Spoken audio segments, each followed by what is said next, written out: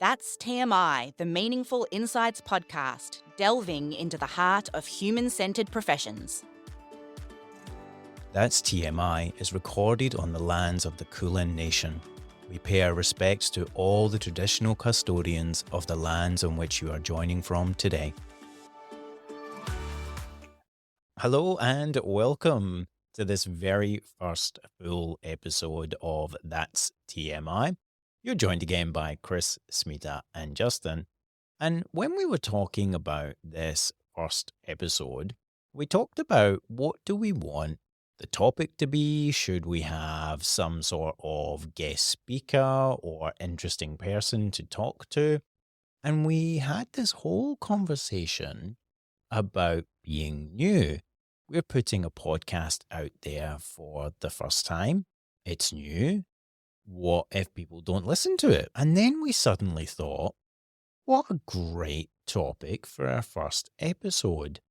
Being new. And being new somewhere, perhaps a workplace. We've all been new in a place before. We've all been new in a workplace before. So what's that like? And what are some of the experiences? And how do we make sure that when someone is new, that we make them feel safe and welcome? So what have been some of your experiences, Smita and Justin? Maybe we'll start with you. Smita? I love this question because it takes you, I suppose, to all different kinds of places. I think this is a topic you can go really deep. An example that really kind of comes to my mind that I think took me by surprise at the time and has been a really great learning journey for me ever since was a good few roles ago, kind of, starting at a new organization, feeling incredibly welcomed by my manager and kind of being embraced into the role and the organization.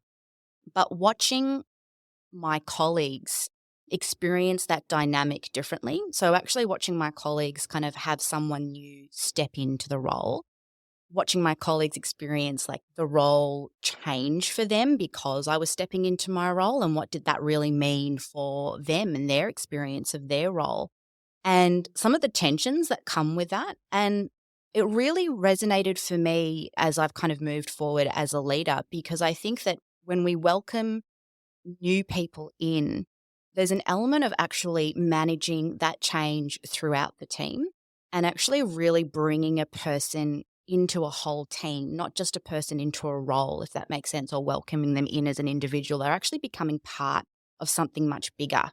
And when you're bringing someone into something that's much bigger, you've actually got to take everyone on that journey. So every time you orientate someone new, you're actually orientating everyone on that journey of bringing that person in and making them feel welcome and making others continue to feel valued and respected along the way. That is such a amazing insight straight up. I told you, I got you go deep straight away. Yeah, thank you, Smita. I mean, I was coming at this with how do we give someone the orientation and point out the fire exits? Very important too. Yeah, but that's such a good point. And I think I can reflect on this personally as well, where as a leader, when I've had new staff members, I've focused on them and making sure that they feel welcome, that they feel comfortable, and maybe not necessarily had that thought about everyone else and the bigger team and the bigger dynamic. And maybe sometimes we can put so much emphasis on an individual that we don't think about the collective and what that means for the collective. What were some of the challenges that you saw arise in that example? I mean, immediately you see dynamics are created and insecurities that come out of some of those dynamics, they can bring out not the best in people. And it's so important, particularly when you're kind of starting in a new role, I think, to really kind of be starting from a place of we give people the benefit of the doubt, we give people generosity, we give people curiosity. So kind of laying those foundations, I think, is so important just to kind of allow for some of that to unravel. You think about it, you can use the Marie Kondo metaphor of everything kind of comes out onto the table and then is re-put back neatly, the things that bring us joy back into the cupboards. And that in itself is a process. So I think that was a challenge that we experienced, but certainly the way that we overcame it was through building that trust through that kind of authenticity of approach, when you kind of get to know someone and you realize, oh no, this is a person with integrity who is we're all here kind of for the same purpose and drive. It really just allows people to kind of get back on the same page and get back on track. So you can always fix it, I suppose, afterwards, but you can set it up from the beginning for success even better.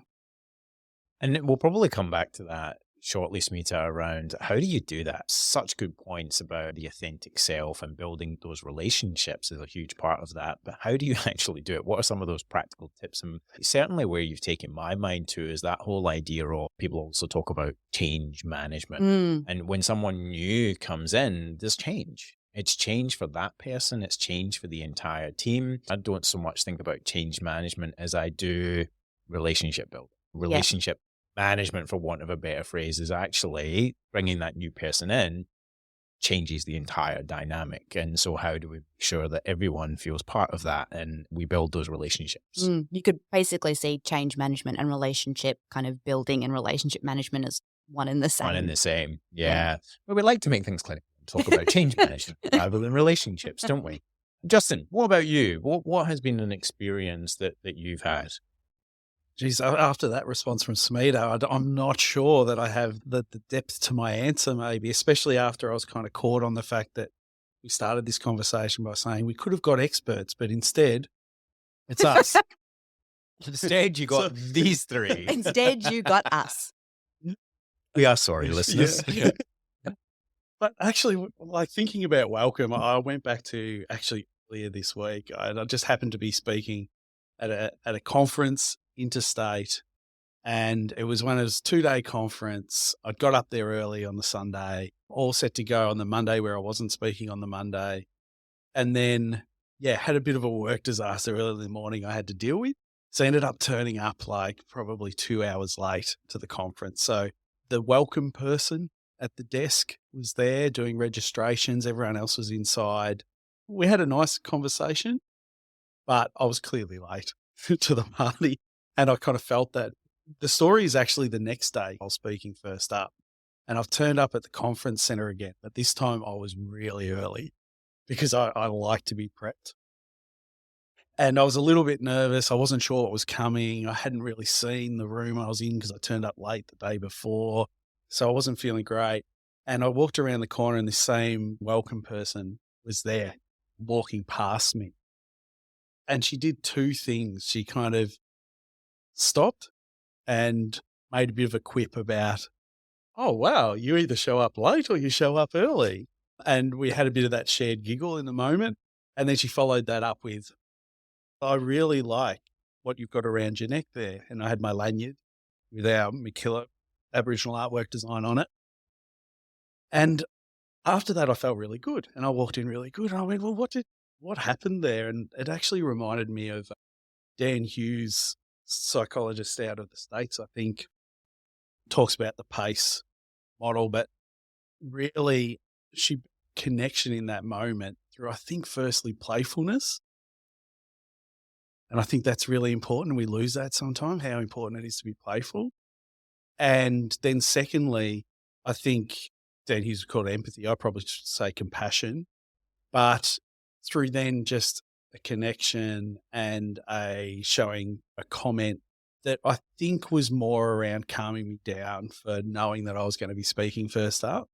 And so giving me a compliment to do that, kind of walked in with my whole day changed. I kind of heard your story, Smita, and I thought, I must admit, there's a little bit of me that went, what a pity though that some of your colleagues in that space, when you were new, I get there's always politics, there's things that happen in the workplace, but really, I think the workplaces we're trying to create are ones where people are open and compassionate, even if those things are going on, because I think that goes a long way. So, I don't feel like it's as deep as your story, Smita, but that's my story from early in the week.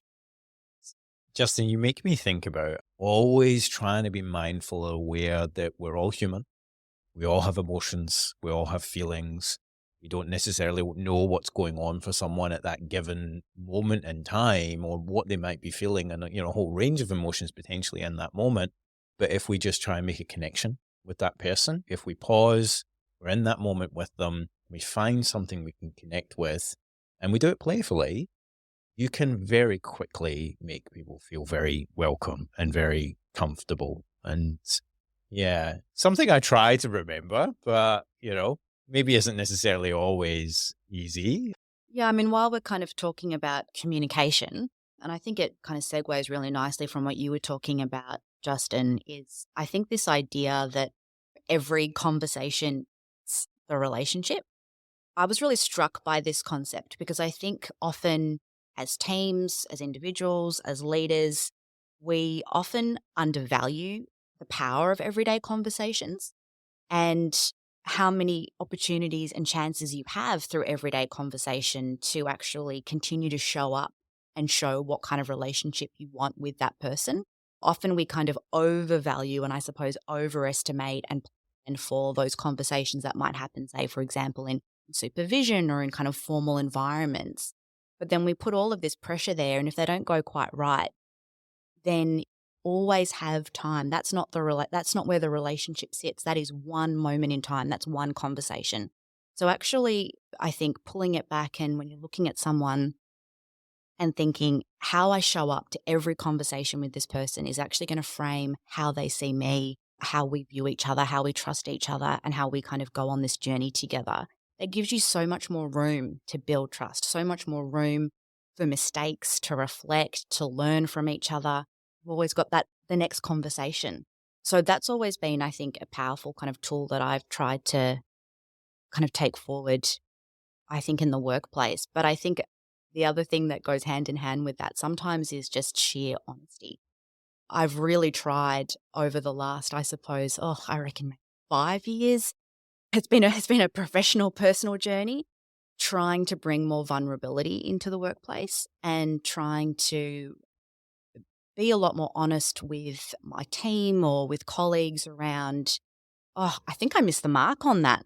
I want to take us back. Can we just reflect on what happened there? And I'd actually like to apologize. I'd like to try that again. And actually just calling it out if you get it wrong or saying, oh, look, I actually don't think I'm bringing my best game, in this conversation.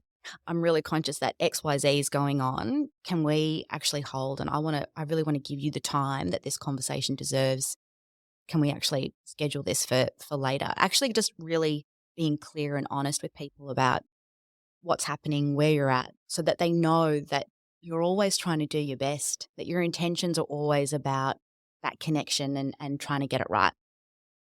Because that's it, isn't it? It doesn't matter what job title we have or what position we hold in an organization. We're all just trying to do our best. Yeah. Every single one of us. But sometimes I think when you're in a particular position or job title, we think we have to act a certain way or behave a certain way, or people look at us to behave a certain way, when actually just trying to do our best. We're all just trying to make our way through, and we're all learning, and we all have our own individual skill sets, experiences, the things that we bring to the table. So maybe there's a place for being more vulnerable and authentic. And if we model that with others, if we lead that by example. So how do we do these things? What are some of the practical ways that we can do this, especially if we're, for example, in our situation, we're all leaders within an organization.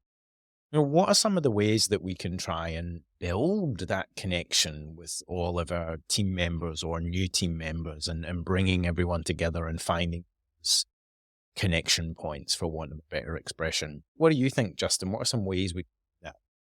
Actually, so Jared Jones was someone important in my life who was the Deputy CEO here at MacKillop Family Services. A very special, well-respected man, and unfortunately passed away. But one thing that I really valued about him, and I knew this through my interactions with him over time, I reflected on it heavily when he passed, was no matter how busy he was, if he ran into you, he always made you feel important by giving you his undivided attention, even for that moment. So he might be on the way somewhere else. And I've reflected on how did he do that? And I think it was just great attunement. He would stop. He had the ability to pause for that 5 seconds, look you in the eye, and really listen to you and show that he was listening and then in his answer back to you, reflect that. And that was enough. You felt that was a positive interaction. And then you entered your next interaction feeling really good. And I wish I could bottle that skill. It's a hard skill. I think we'd call it attunement with others. But yeah, that's probably where my mind. Do you think it is a skill you can hone and learn and become more experienced and more proficient at? My initial reaction to that is yes, I think so. However, can you do it? I think it has to be deliberate. There has to be deliberate practice. There has to be, you can't just always rely on yourself to catch yourself in those moments. I know for me, it's always been helpful to have trusted people around me, feedback on that, but also that it's really explicit that we value relationships and we value being available to each other in the workplace, which means you can have conversations about it. I think the danger is when those things are unsaid in the workplace, that they get ignored. No one's speaking about it, not through a choice people are making. They just forget or they get caught up in the mess of their day. So do you think there's a bigger element to that then? It's not only that you've got to have the individual deliberate practice, but you also need a larger culture of that, a culture that makes it deliberate. Leadership and everyone in the organization also practicing that, talking openly about it, using that language. Like there need to be something that is seen, visible, lived, breathed, walked. Oh, absolutely. The conditions that you walk into either enable or do the opposite to that. You could have the best interactions in the world, right? But if you walk into a space that feels unsafe, and that can be visually, that can be from other interactions that are happening around you, etc., then I think it's very hard to do it.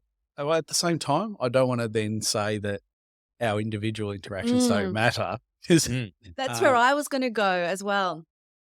In the sense of it's so important for everyone to have that responsibility. Each person in an organization has responsibility for safety and how you build it and how you demonstrate it and how you show it. And if every person brings that, then the organization inevitably from that swell becomes safe. So it has to kind of work both ways. You have to have the environment that allows people to do that, but then also have the commitment and the action of the individual making it happen every day.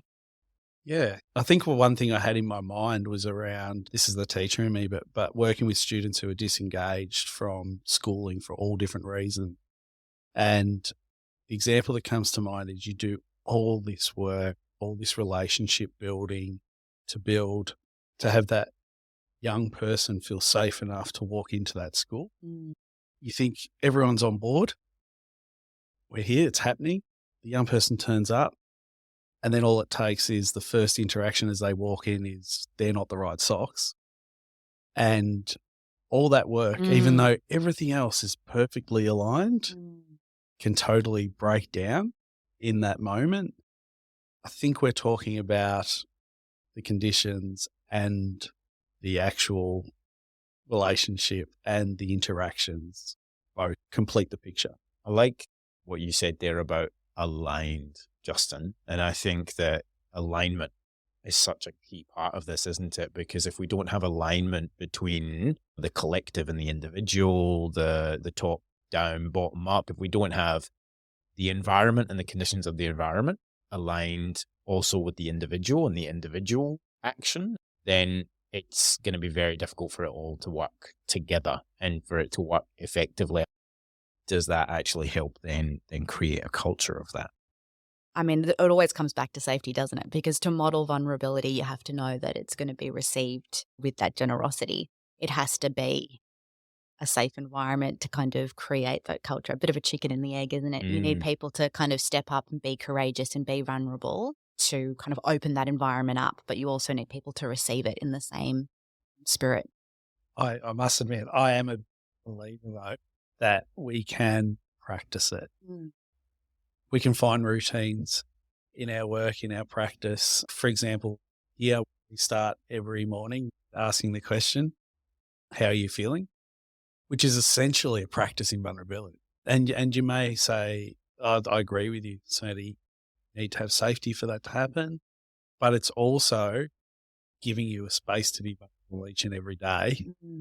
While you get ready, we're all going to keep practicing it. And when you are ready, you can show it, and that adds to our team. It felt so odd the first few times that happened, where people would ask how I'm feeling. I'm like, why are you all asking how I'm feeling? What is going on here? What's all this lovey-dovey stuff where you're asking how I'm feeling all the time? It's remarkable how it makes the choice.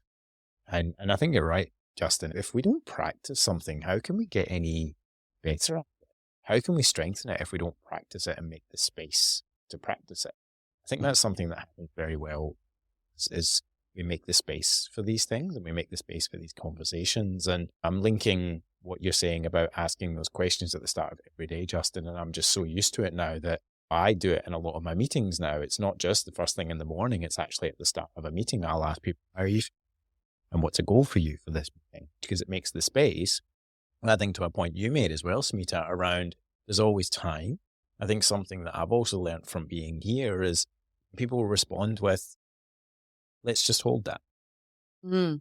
They don't actually respond in that moment. They say, let's just hold that. And let's hold that space. And so they acknowledge something, but they make the point. It doesn't have to be responded to. Not everything has to be responded to immediately. But I think, especially in certain places and workplaces in general, we feel like we have to respond to everything. If someone says something, we have to respond. Like, actually, no, you don't. Mm. You've got time. You can just sit with something and go away and think about it. And you have an appropriate response, that you can respond in a way that is supportive and shows that authenticity. And sometimes we need to think about that.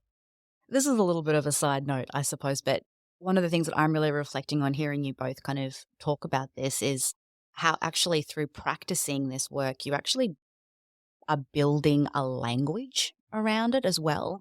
And often you're starting out in this kind of work and approach. It's actually really hard when you don't have the words. You can't actually name your emotion because you're not used to talking about how you feel. It's hard to be vulnerable because you don't know how to be vulnerable. And then as you practice, slowly but surely, you actually begin to build the vocabulary around that. And I think when, as an organization, everyone is building the vocabulary and it becomes a shared language, that becomes so powerful. That makes me think about, in our workplaces, we obviously want them to be places where they're safe and we're free to be able to make mistakes and to learn from those mistakes. But we also want them to be places of high professional standards, right? So it makes me think about, how do we get that balance right in our workplaces? If we're thinking about workplaces, and we're all human and we should all be allowed to fail, for want of a better expression, that's probably not the best expression, but let's just go with that. We want people to be able to be human, to err, but surely it's about supporting them and coaching them. And this is the same for me as well. I have an amazing leader who coaches and supports me, but being able to move forward from that. How do we effectively move forward? Surely it's about supporting that person where they have perhaps erred or it's not been the best response in a situation to move forward positively. So surely it's about action. And how do we support someone to implement an action to rectify the situation and move forward more positively? And circling back to your example, Smita, where perhaps there's somebody new in an environment, new in a workplace, and perhaps maybe others haven't made them feel so welcome. How do we support those people to move forward more positively and proactively and potentially move forward to build that relationship, and acknowledging that perhaps they hadn't supported a positive relationship to begin with, but can they do it moving forward? The first thing that I think really resonates with me is when we think about where high professional standards come from, I think they come from a process of learning. I think you have to make mistakes to have high professional standards because It's through failure, through trying again, through that refinement and that process that we improve. So with that as a basis, and we're thinking about actually environments that allow people to make mistakes is really setting itself up to thrive. I think the flip to that and the important element and component is around the level of reflection that that person has. So if you've got a colleague or a team member who is a reflective person in that conversation, then that's a very different journey that they're going to go on, because purely by the process of reflection, they're going to improve and take that through as they move on. And automatically you've got action kind of happening through that.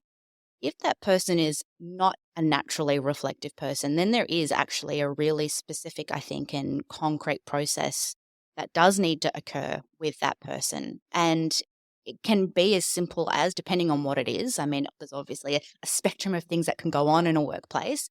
It could just be about having really clear communication and actually just having the safety to tell someone, oh, I actually think we could try it differently, or let's think about what we might do differently next time. If it's something perhaps a little bit more complex, really having an open, honest conversation with, well, actually, that made me feel, and kind of taking them down that route, and what could it look like next time, what you'd like to see, what you'd like to hear, feel, etc. And I think that being really clear in our communication is incredibly important to this work. When we think about how we use candour in this space, it's a spectrum, but it has to exist. There's obviously a level of candour that's just not remotely attuned with what's going around and can be insensitive. But in the vast majority, when you use candour with your colleagues, you're actually giving them an opportunity to have more effective relationships and have higher quality conversations and interactions with them. The flip, of course, to candour is, I've heard it referred to as ruinous empathy, where sometimes we, to avoid conflict, when we're sitting in that kind of stage of really kind of feeling for someone and trying to put ourselves in their shoes, that we don't want to have a clear conversation with them, it actually just lets that situation continue to swirl and stew, and nothing then improves. So it's finding that balance between having empathy, listening in, reflection, but then having that really clear communication piece to take it forward. That's a beautiful point. And I actually want to pick up on the reflection piece a little bit more and say something that this is the early days of our podcast, and maybe it's a bit early to maybe get controversial, but I'm going to go there.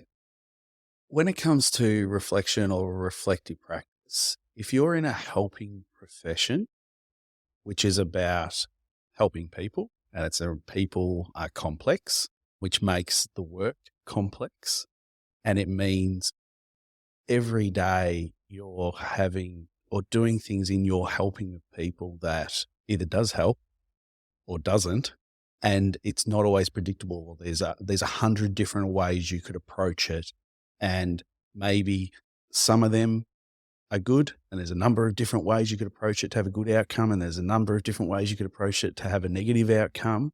You need to be reflective. I actually think if there's someone who can't be reflective, and that could be because you're not learning from all these experiences you have every single day. And to me, that can lead to that person just treating everyone the same, doing the same thing day in and day out, which means potentially doing as much harm as good in your work. And I think that's a line where we go, actually our professional standards say in a helping profession that if you're by luck doing harm or good, you probably can't be in this profession. It's an interesting point, Justin, because so many of those helping professions or, the very relationship-centered and oriented professions talk about reflective practice. But we probably don't pause and think about what does that really mean when we talk about reflective practice? And I think most importantly, how do you do that? So there is someone who is particularly good at it, who's particularly good at reflection, especially in a professional context, or someone who maybe struggles with that. If we look to the examples of people who are perhaps effective at it, what is it they do? What is it they do to be reflective? Is there a particular structure they use? Is that a particular way of thinking? Is there a framework? And I suppose where I'm going with this is, can we and how do we support people to be more reflective? Yeah, that makes me think of 2 points I'll try to make relatively quick. One is, I think we can put in place structures that allow that to be a guided practice. And what I mean by that is, as humans, we're naturally drawn to go to speak about difficult things with people we like, or our friends, or our close colleagues. The problem with that is they often have the same values, belief systems as us, see the world in a very similar way, which means we can go to them wanting to be empowered, but by the end of the conversation, we're feeling even worse about the situation because we're like, this is rubbish. Yes, that is rubbish. Oh, yeah, it is. It is. We should. And before you know it, you're doing unhelpful actions around it that don't make the situation better. So I think you can have that structure, and within that structure, it can be guiding people through becoming more reflective if we understand the different levels of reflection. So, for example, someone who's non-reflective would be the problem's the other person. It's not about me at all. It's just the other person. If we enter a conversation, a reflective conversation with that person, we want them to be, by the end of this conversation, enlightened and guiding their actions through their higher purpose and reflecting on what the world needs of me in this moment. Probably 8 steps too far down the road. But maybe we can just shift them to go, okay, it might be a little bit about me. It's still about the other person, but it's a little bit about me. And if we can help them shift through those levels, then there's hope that they're going to become really reflective in their practice.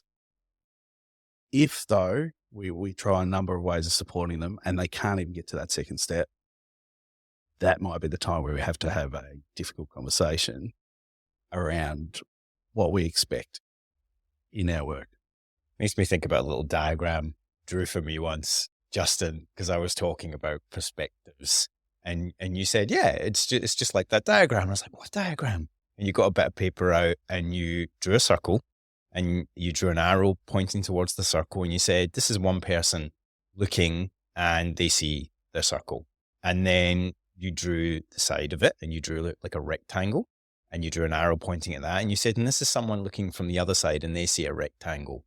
But you put the two together and you said, but what is actually on the bit of paper? And it's like, well, it's a cylinder, it's a cylinder where it's, a long cylinder and you've got the circle at the end. You look at it from the side, you've got the rectangle. Two people are looking at the exact same thing, but they're just looking at it from two completely different perspectives, but it's the same problem, or it's the same challenge, or it's the same topic.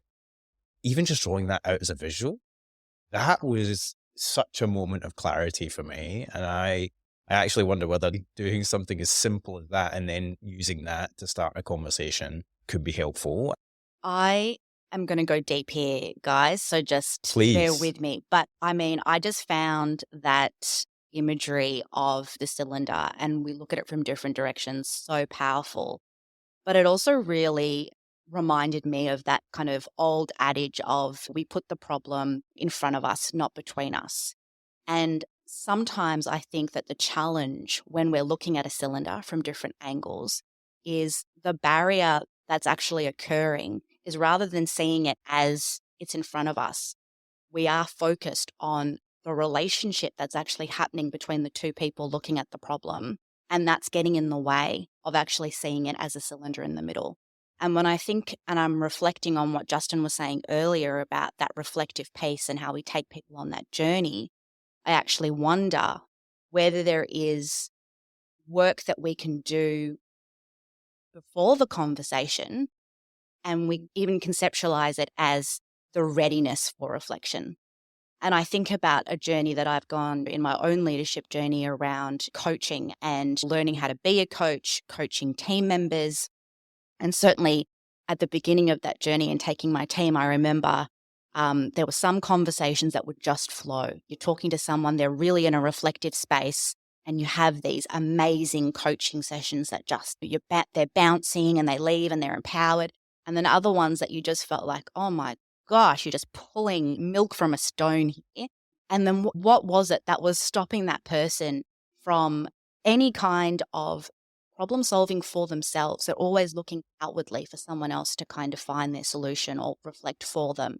But there was elements of, were they in a reflective state? Were they ready for that conversation? Sometimes as leaders, we're trying to have a conversation with someone, but it's on our terms, at our pace, at our readiness. So yeah, I wonder whether, as we're setting up this kind of reflective space, thinking about what actually needs to occur beforehand to get people ready for it. Such a good point, Smita. I think about the number of conversations where I've been either the one leading or the one being asked to be more reflective. Yeah. And how often I've shown up to those meetings without the readiness. If I'm the one maybe being asked to be more reflective, I've often turned up to that meeting not even knowing what the topic of the meeting is, what the agenda is. And then all of a sudden you're being asked to be reflective about a situation that you haven't even been thinking about. Or us as leaders in that space, if we are asking someone to be reflective, have we just set a meeting and asked them to come along and then all of a sudden going, okay, we need to talk about this and I need you to reflect on it? How are we actually setting people up to have these conversations? Yeah, there's a fair chance a big poster with big bold red words saying reflect now is probably not going to work for you. There's probably some research on that somewhere, I'm sure. I imagine there is. Well, that's been quite the journey of a conversation, hasn't it? We started out this very first episode with talking about being new in a space and how we make people feel welcome in a new space. And we've talked through candour, empathy, collective responsibility, individual responsibility, culture, authenticity, reflection. There's a lot in there, and certainly makes me realize it's as simple as you maybe immediately first think. And if I have to round that out with a bit of a closing thought, I think my closing thought for this would be around holding space. I genuinely think holding space is one of the most important things I've learned as a leader. And I think all too often in my career, certainly, and maybe for lots of other people, we try to have immediate responses to things and we try to have immediate solutions. Things come up in conversations, come up in meetings, and we feel like we have to respond immediately and we have to come up with some solutions immediately and then try and pick the best solution out of those ones. And it's not always the best one. And actually there's something really powerful in just not responding. But I think the most important part of that is that there's follow through. It's what you do next. It is actually taking that away and sitting with it, thinking about it, pondering it, seeking advice, coaching, mentoring from others and coming back to it. Because if we don't, that's where problems would lie, is if we say we're going to sit with something and then we don't come back and we don't do follow through. That's been a really, really important thing for me on my journey. Smita, what about you? Such a big one. It has been such a wild journey. I think something that's really kind of twirling around in my mind after the conversation today is thinking about those moments of connection and how we all kind of lean into authenticity in that moment. A kind of common theme that I've heard throughout the conversation today has really been around action and individual agency. And I think that's really important. I think that often we can get caught up in the idea that we're looking to others to solve things for us or to create an environment for us, create culture for us. But actually, we're a really important part of that process and journey and taking responsibility and ownership of our safety, of reflection and action. I suppose if there's any kind of key takeaway, I'd be thinking about that every conversation matters. We never have to put all our eggs in one basket. Give ourselves, to your point, Chris, give ourselves the space, hold it, come back, reflect. It's important to think about every conversation with someone is the relationship that you're building with them. I think I'm going to go fairly random after learning a lot from both of you.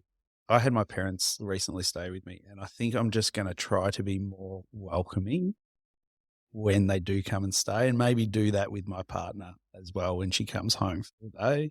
And probably my other takeaway is we do need a better selection of drinks if we're going to do this again. Maybe a selection of coffees, maybe some fizzy. Is fizzy drinks good on a podcast? I don't know. Some biscuits. Biscuits. You know, wouldn't Biscuits. go astray.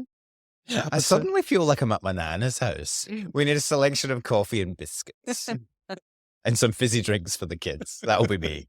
Well, Smita, Justin, thank you so much for your insights today. And to all those listening, wherever you are, thank you so much for joining us. We hope that you found this insightful and informative, and at the absolute least, easy to listen to and entertaining. And we really look forward to you joining us for the next one. So thank you.